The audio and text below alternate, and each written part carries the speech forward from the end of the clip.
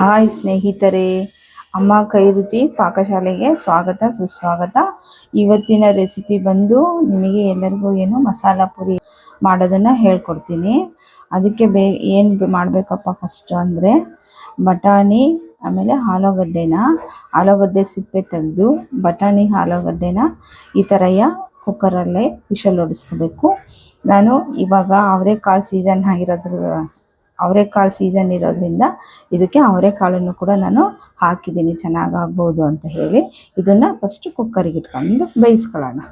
ಆವಾಗಲೇ ಬೇಯಿಸಿಟ್ಕೊಂಡಿರ್ತೀವಲ್ಲ ಅದನ್ನು ಆಲೂಗಡ್ಡೆನ ಇದನ್ನು ಸಣ್ಣಾಗಿ ಸ್ಮ್ಯಾಶ್ ಮಾಡ್ಕೋಬೇಕು.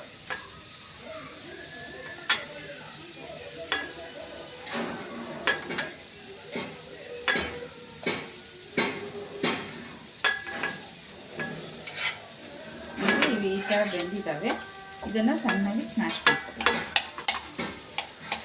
ಮಸಾಲ ಪುರಿಗೆ ಬೇಕಾಗುವ ಸಾಮಗ್ರಿಗಳು: ಈರುಳ್ಳಿ, ಟೊಮೊಟೊ, ಹಸಿಮೆಣಸಿನ್ಕಾಯಿ, ಜೀರಿಗೆ, 1 ಇಂಚು ಚಕ್ಕೆ, ಕೊತ್ತಂಬರಿ ಕಾಳು, ಲವಂಗ, ಒಣಮೆಣಸು, ಆಮೇಲೆ ಪುದೀನ ಸೊಪ್ಪು, ಆಮೇಲೆ ಬೆಳ್ಳುಳ್ಳಿ, ಶುಂಠಿ ಇವಿಷ್ಟನ್ನು ಹಂಚಿನೆಲ್ಲ ಹಾಕಿ ಹುರಿಬೇಕೀಗ.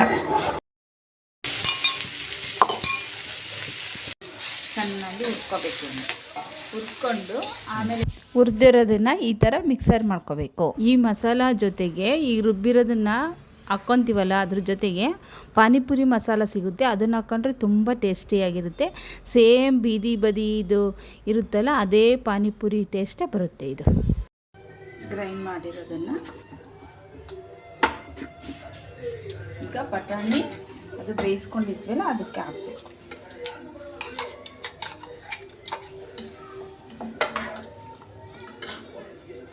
ಆಲೂಗಡ್ಡೆ ಸ್ಮ್ಯಾಶ್ ಮಾಡಿರೋದನ್ನು ಇದಕ್ಕೆ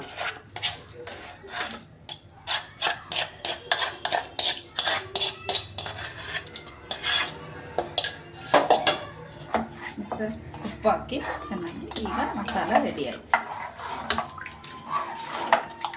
ಇಷ್ಟೇ ಮಸಾಲ ಪಾನಿಪುರಿ. ಇದು ಮಸಾಲ ಮಾರ್ಕೆಟಲ್ಲಿ ಪೂರಿ ತರಿಸಿದ್ದೀನಿ. ಈ ಥರ ಇವನ್ನ ಕರೆಸಿದ್ರೆ ಈ ಥರ ಆಗ್ತವೆ. ಇವನ್ನೇ ಕರೆದು ಪಾನಿಪುರಿಗೆ ಬಳಸೋದು ಪೂರಿಗಳನ್ನು.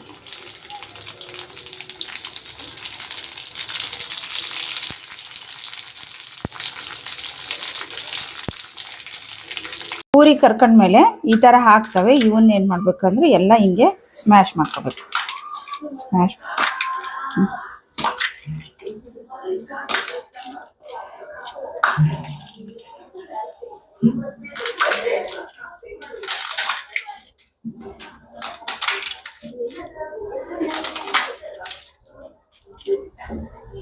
ಈಗ ಆವಾಗಲೇ ಮಾಡಿರೋ ಮಸಾಲೆನ ಇದ್ರ ಮೇಲೆ ಹಾಕ್ತೀನಿ.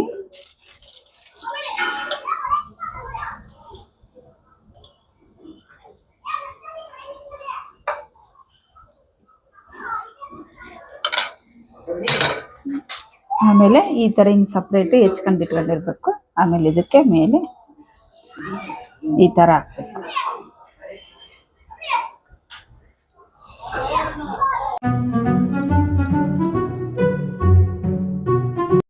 ಇದು ಪಾನಿಪುರಿ ರೆಡಿ ಆಯ್ತು. ಮಸಾಲ ಪಾನಿಪುರಿ ರೆಡಿ ಆಯ್ತು. ಈಗ ರೆಡಿ ಟು ಹೀಟ್. ಧನ್ಯವಾದಗಳು.